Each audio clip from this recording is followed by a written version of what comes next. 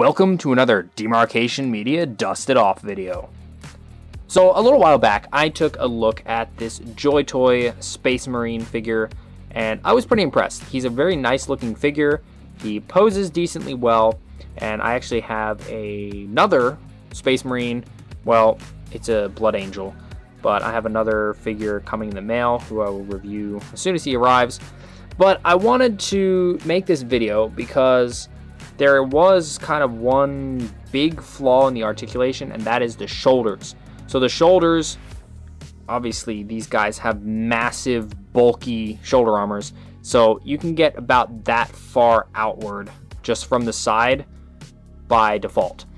And while watching some other reviews for these figures, I saw someone in the comments, and I do not remember the name, I apologize if I'm taking somebody's idea here, but I saw somebody say something about taking the shoulder armor, stringing some elastic through the inside of the armor, and then allowing that to move the armor instead. And so I looked around, tried to find a tutorial for it, and I was really shocked when there was none, because the Warhammer community is very big, full of people who are constantly doing DIY stuff, whether it's painting, 3D printing miniatures, kit bashing stuff. I don't know. It's a very big community, but I couldn't find any tutorials for this, and I was kind of surprised. So I decided to try it out for myself, just winging it, and then I got a upgraded shoulder movement of that much. So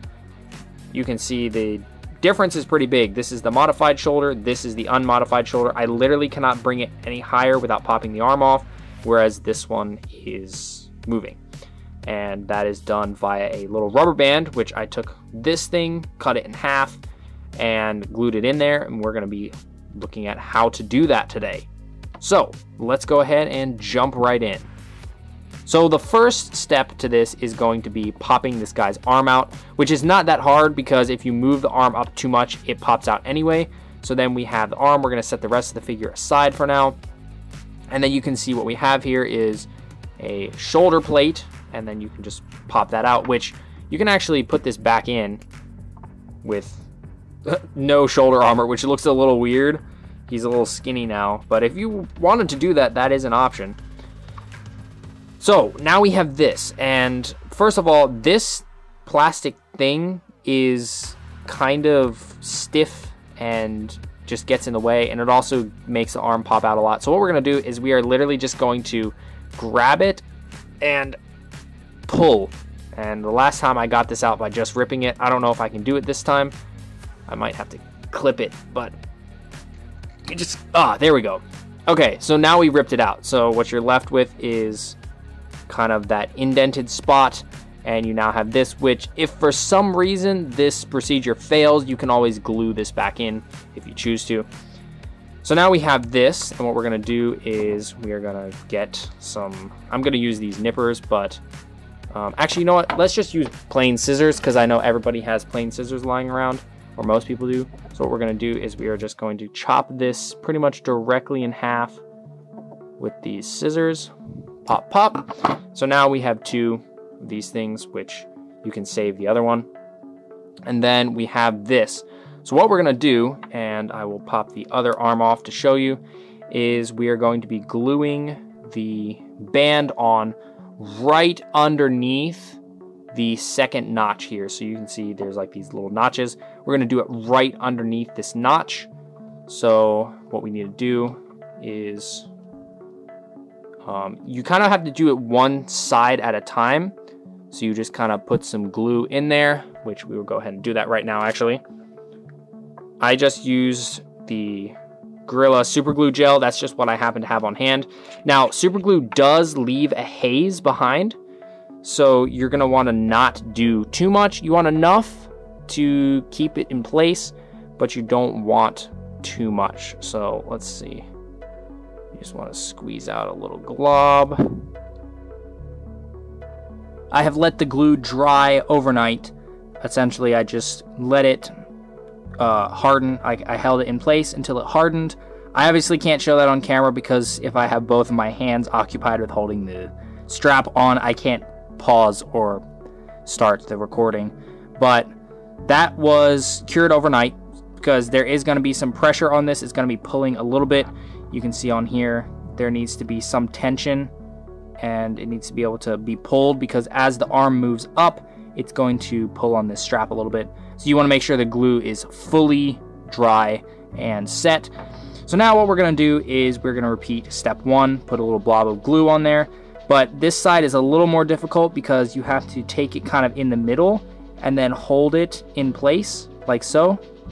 When you put the glue on, let it harden enough that you can let go, and then let it cure overnight. So I'm going to go do that. Obviously, again, I can't show that on camera because I need both my hands for this, but that is the general concept. So we will come back once this glue is hardened. Now this has set for another basically whole day, and it's looking pretty good. It's pretty sturdy in there. You can kind of pull it a bit and it doesn't feel like it's going to come out. The only kind of concern that I have with this particular design is that this band could dry rot over time. But aside from using some sort of cloth instead, which I looked at using some string, but that's just not stretchy and doesn't provide as much articulation. So basically, if you want stretchy, then you're gonna run the risk of potentially having dry rot happening. So, I mean, that's not terrible just because you could easily cut this back out, sand down the excess glue, and just glue in another one. But I imagine it'll last decently long. So let's go ahead and get both of these shoulder pads back on the figure. So there he is, looking kind of odd without his shoulders. It's very, it's like gappy and weird. So we're just gonna pop the shoulders back off, which is super easy.